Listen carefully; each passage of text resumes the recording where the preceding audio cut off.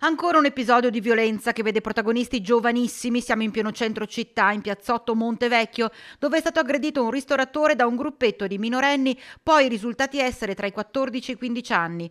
Pare che a scatenare tutto sia stato un rimprovero che l'uomo avrebbe fatto ai ragazzini perché facevano troppa confusione.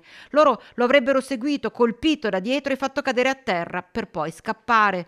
La vittima si sarebbe recata al pronto soccorso per le cure e fortunatamente per lui niente di particolarmente serio, anche se la vicenda ancora una volta aumenta il senso di paura e insicurezza che si sta respirando in città.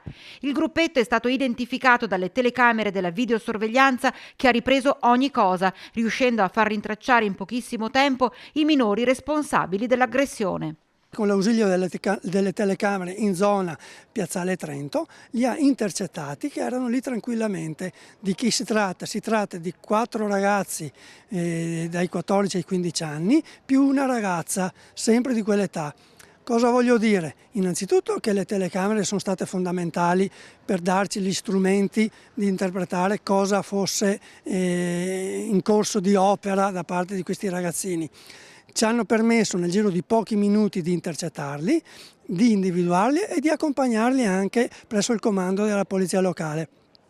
Dopodiché sono stati accompagnati tutti identificati presso il comando dei carabinieri.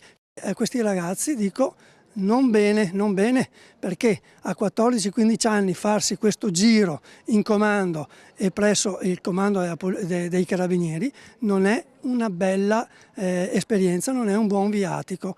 Alle loro famiglie dico fate attenzione cosa vanno a fare i vostri figli di 14-15 anni in giro per le piazze di Bassano, perché sono segnati.